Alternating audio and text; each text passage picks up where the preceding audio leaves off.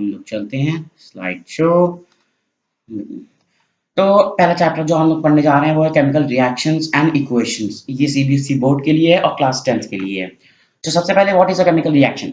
Any reaction in which there is a change in state, change in colour, evolution of a gas, change in temperature is known as a chemical reaction.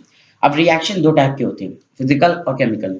और physical reaction वो होते हैं जैसे कि बर्फ का melt होना, पानी को फ्रीज करके बर्फ बनाना।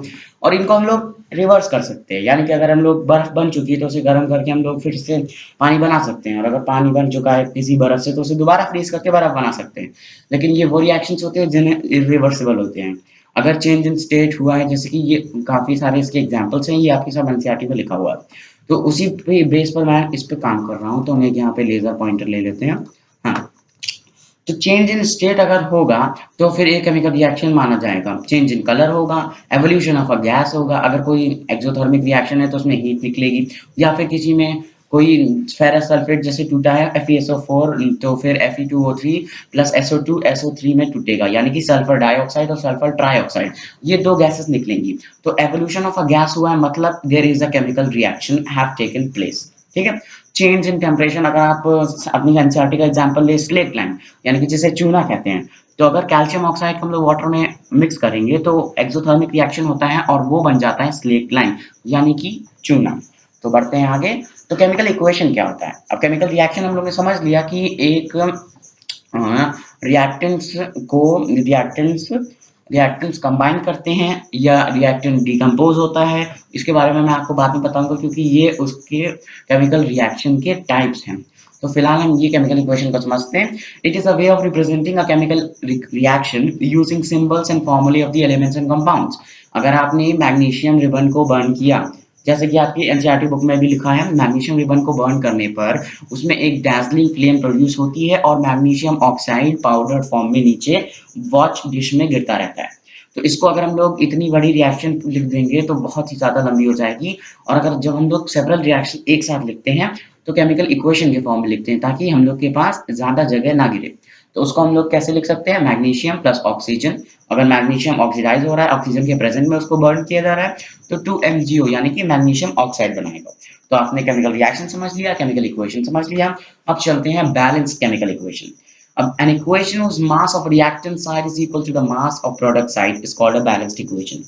अब मान लिया कि आपने वो लॉ पढ़ा होगा, law of conservation of mass, ठीक है? तो वो दिया था एंटोनी लेवोइसियर ने। ये एक साइंटिस्ट थे जिन्होंने ये लॉ दिया था, law of conservation of mass.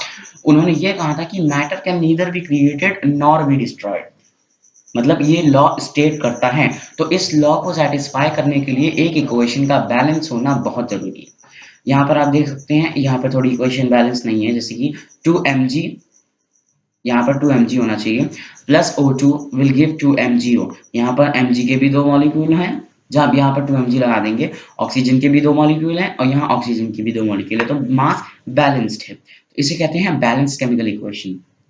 तो आपने केमिकल रिएक्शन समझ लिया, केमिकल इक्वेशन, अब बैलेंस केमिकल इक्वेशन। और बैलेंसिंग पे एक अलग वीडियो आएगा, वो काफी लंबा टॉपिक है उसको, और बहुत ही इंपॉर्टेंट टॉपिक है, तो उस पे हम लोग एक दिन फिर से बात करेंगे, मतलब उसको एक सेपरेट वीडियो में रखेंगे। आगे चलते हैं हम लोग टाइप्स ऑफ केमिकल रिएक्शन पर। अब टाइप्स ऑफ केमिकल रिएक्शन क्या होते हैं? There are 5 types of chemical reaction: combination, displacement, decomposition, double displacement, oxidation and reduction. अब इसमें जो ये ऑक्सीडेशन एंड रिडक्शन रिएक्शंस हैं, ये तो आपकी बुक में बहुत थोड़ा सा दिया हुआ है, लेकिन 11th क्लास में इसके ऊपर पूरा चैप्टर है। जी हाँ, बिल्कुल, बहुत ही बड़ा सा चैप्टर है, उसमें काफी सारी बैलेंसिंग टेक्निक्स हैं जो कि मैं अभी पढ़ रहा हूँ और अगले साल आपको भी पढ़ाऊंगा। तो फिर चलते हैं आगे अपने कॉम्बिनेशन रिएक्शन पर। अब जैसा कि इसका नाम बता रहा है, ये कॉम्बिनेशन यानी कि किसी चीज को कंबाइन कर रहा है। तो we can say that the reaction in which the reactants combine to form a product is called the combination reaction. मतलब जहां पर रिएक्टेंट्स जो हैं, यानी कि जो एलिमेंट्स, यानी कि कैल्शियम ऑक्साइड है और वाटर है, जैसे कि पहली इक्वेशन में आप देख सकते हैं, वो जब कंबाइन करेंगे तब कैल्शियम हाइड्रोक्साइड बनाएंगे, और C plus O2 will give CO2, यानी कि कार्बन, और जब ऑक्सीजन कंबाइन करेंगे तो वो कार्बन डाइऑक्साइड बनाएंगे। तो इस तरह हम लोग कॉम्बिनेशन रिएक्शन की डेफिनेशन लिख सकते हैं। फिर आता है हमारा डिस्प्लेसमेंट रिएक्शन। अब displacement as the name suggest, displace कर रहा है किसी चीज को। अब वो चीज क्या होगी? हमारे रिएक्शंस में सिर्फ 3 चीजें होती हैं: एलिमेंट, कंपाउंड्स एंड मिक्सचर्स। ठीक है। तो reaction in which an element displaces the other element, another element, is called displacement reaction. अब यहाँ पर आप देख सकते हैं ये जो कॉपर है CuSO4 कॉपर सल्फेट है, उसने रिएक्शन किया है फेरस से, आई मीन टू से this is iron Fe. So here you can see that Cu is displaced by Fe and it has made FeSO4.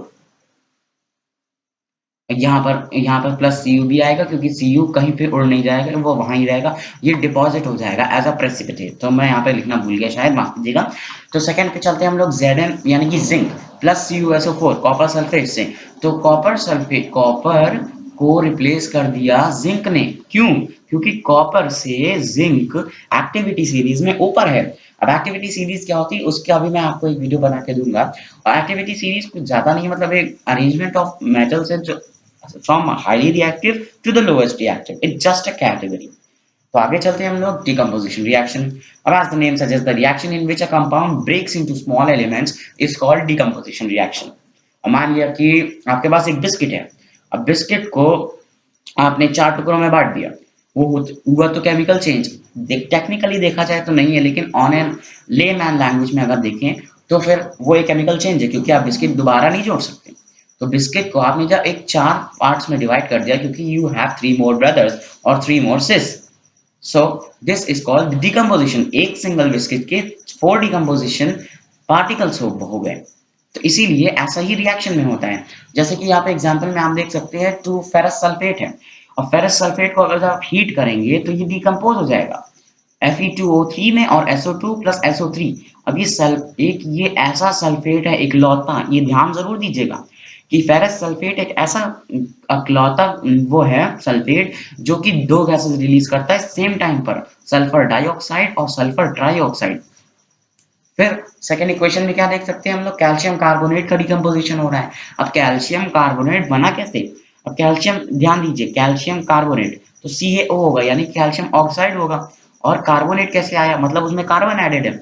Carbon ऐसे तो ऐड नहीं कर सकते कि हम लोग ये भैया नमक है तो आपने इसे कार्बन डाल दिया कैल्शियम में तो वो कैल्शियम कार्बोनेट पड़ गया, नहीं, वो CO2 के फॉर्म में होगा, जैसे कि आप देख सकते हैं। इसीलिए कैल्शियम कार्बोनेट का डिकम्पोजिशन होगा तो CaO प्लस CO2 ये बन जाएंगे उसके प्रोडक्ट्स, क्योंकि इनसे मिलकर बना था, वो टूट गए। तो आगे चलते हैं डबल डिस्प्लेसमेंट। अब डबल का मीनिंग आप सब जानते हैं, डबल ट्रिपल ये सब। तो डबल मतलब 2 एलिमेंट, यानी कि जब हम लोग डिस्प्लेसमेंट, मैंने आपको अभी पहले ही बताया, तो जब एक वहां पे कर रहा था, यहाँ पे डबल आ गया है तो 2 करेंगे। तो reaction in which 2 elements displaces the other element is called double displacement. अब यहाँ पे देख सकते हैं आप, सोडियम जो है, सोडियम ने बेरियम को रिप्लेस कर दिया है और बेरियम ने सोडियम को रिप्लेस कर दिया है। क्यों? क्योंकि ये रिएक्टिविटी सीरीज में ऊपर नीचे है। अब सोडियम हाईली रिएक्टिव मेटल है और बहुत ही सॉफ्ट मेटल है। आप चाकू से काटेंगे, चम्मच से काटेंगे, मतलब हाथ से तोड़ेंगे तो बहुत आराम से टूट जाएगा। लेकिन ये इतना हाईली रिएक्टिव है कि अगर आप हाथ पे रख दिया तो ये ब्लास्ट हो सकता है।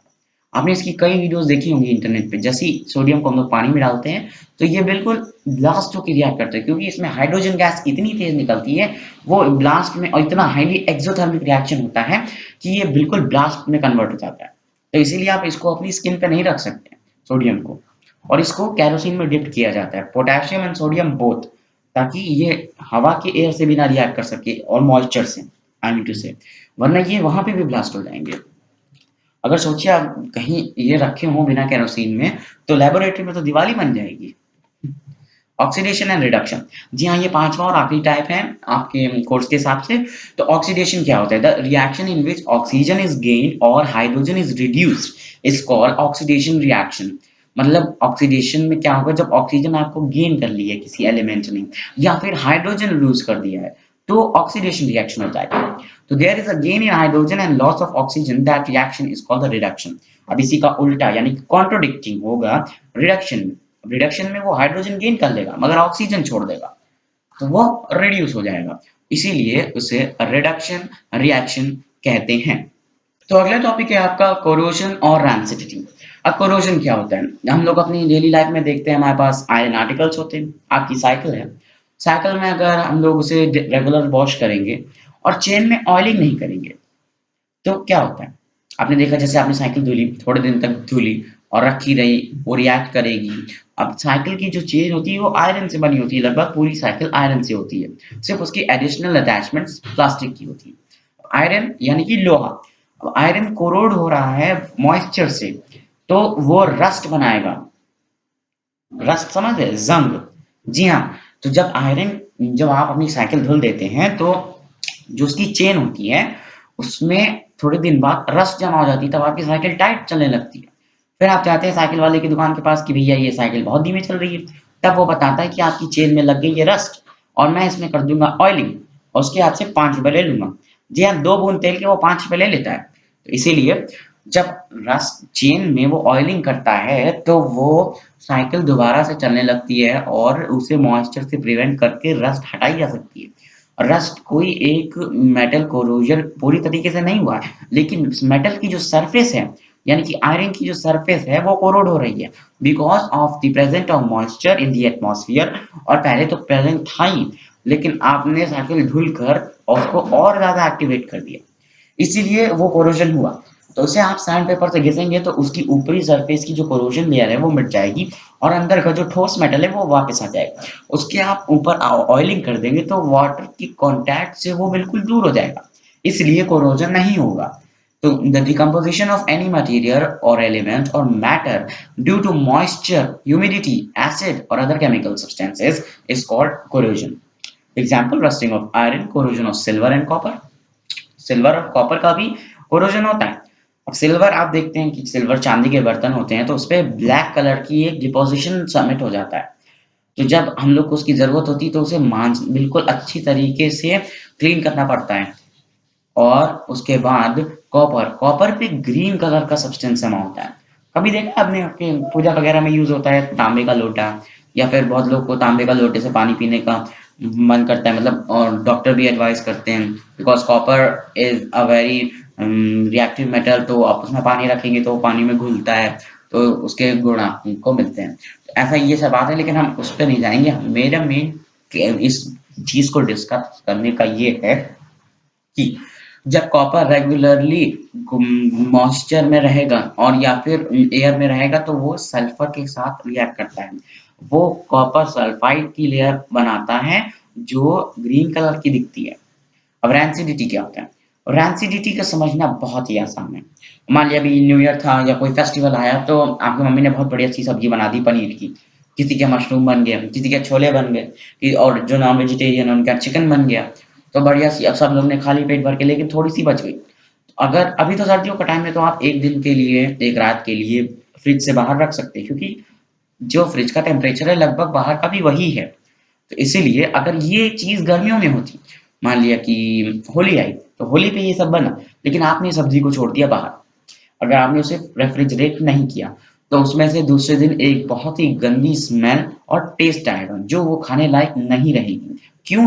क्योंकि वो सब्जियां काफी ऑयली होती हैं और इनमें ऑयल और फैट्स के साथ कुकिंग बहुत ही अच्छे से होती है। तो जब ये ऑयल्स और फैट्स ऑक्सीडाइज हो जाते हैं एयर की वजह से, तो इनका जो टेस्ट है और इनका जो स्मेल है वो इतनी बैड हो जाती है, क्योंकि oxidation of substances, oils and fats, तो ये रैंसिड हो जाते हैं। तो इसी चीज को हम लोग रैंसिडिटी कहते हैं। The oxidation of substances or food cooked in oils and fats is called rancidity, and the food items smell and taste very bad and they become rancid. So example, rancid butter. अब butter थोड़े दिन के लिए ऐसे छोड़ दीजिए बिना freezer में लगा के, ऐसे छोड़ दीजिए, और देखिए थोड़े दिन बाद ऐसी महक आएगी या ऐसा टेस्ट करेगा बटर, आपको फेंकने का मन करेगा।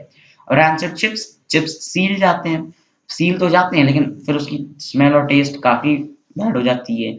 और रैंसिड ग्रेवीज या डिशेस, जो मैंने अभी आपको बताया कि बढ़िया चिकन की सब्जी बनी या फिर पनीर की बनी या मशरूम की बनी और आपने गर्मियों में ऐसे ही छोड़ दी बाहर, किचन में रखी हुई है ढक के, कोई फायदा नहीं है। ऑक्सीजन वहां पहुंच जाएगी और ऑयल्स और फैट्स को ऑक्सीडाइज कर देगी और आपके खाने को ऐसा बना देगी कि दूसरे दिन आप नहीं खा पाएंगे। तो इसीलिए ऐसे चीजों को छोड़ना इज नॉट राइट। वैसे तो राइट नहीं है, और वो रैंसिड हो जाते हैं। तो अगर रैंसिडिटी को हम लोग प्रिवेंट कैसे कर सकते हैं? जी, वैक्यूम पैकिंग कर सकते हैं। वैक्यूम पैकिंग करिए। चिप्स बनाए किसी कंपनी ने, लेज वाले चिप्स आप खाते हैं, पैकेट में बंद होते हैं, उसमें एयर लॉक्ड होती है, क्या उसमें ऑक्सीजन होती है? नहीं, नाइट्रोजन होती है। उसे कहते हैं नाइट्रोजन फ्लशिंग और वैक्यूम पैकिंग। ये दोनों एक ही चीज है, नाइट्रोजन फ्लशिंग और वैक्यूम पैकिंग। नाइट्रोजन से आपके चिप्स को पैक कर देते हैं ताकि वो ऑक्सीडाइज ना हो, और जब आप खाएं लेस वाले चिप्स तो आपको वही प्यारा सा टेस्ट मिले। और दूसरा क्या होता है? रेफ्रिजरेशन। अगर आपने ग्रेवी सब्जी बनाई है काफी सारी जो अच्छी हैं और काफी ज्यादा ऑयल और फैट्स में कुक की गई हैं, थोड़ी बच गई है, तो आप इसे रेफ्रिजरेट करिए, फ्रिज में रखिए, ताकि वहां ऑक्सीजन नहीं होती है। तो इसलिए आज के लिए बस इतना ही, ये चैप्टर खत्म हुआ। नेक्स्ट वीडियो में मैं आपसे इनके मोस्ट इंपॉर्टेंट क्वेश्चंस डिस्कस करूंगा और कोशिश करूंगी कि मल्टीपल चॉइस क्वेश्चंस भी आपके लिए। एक बार मैं 15 चैप्टर्स पूरे करवा लूं, उसके बाद सैंपल पेपर पे भी हम लोग आएंगे और सैंपल पेपर को भी धराशायी कर देंगे। तब तक के लिए bye bye. Tell me pretty lies, look me in the face, tell me that you love me, even if it's fake.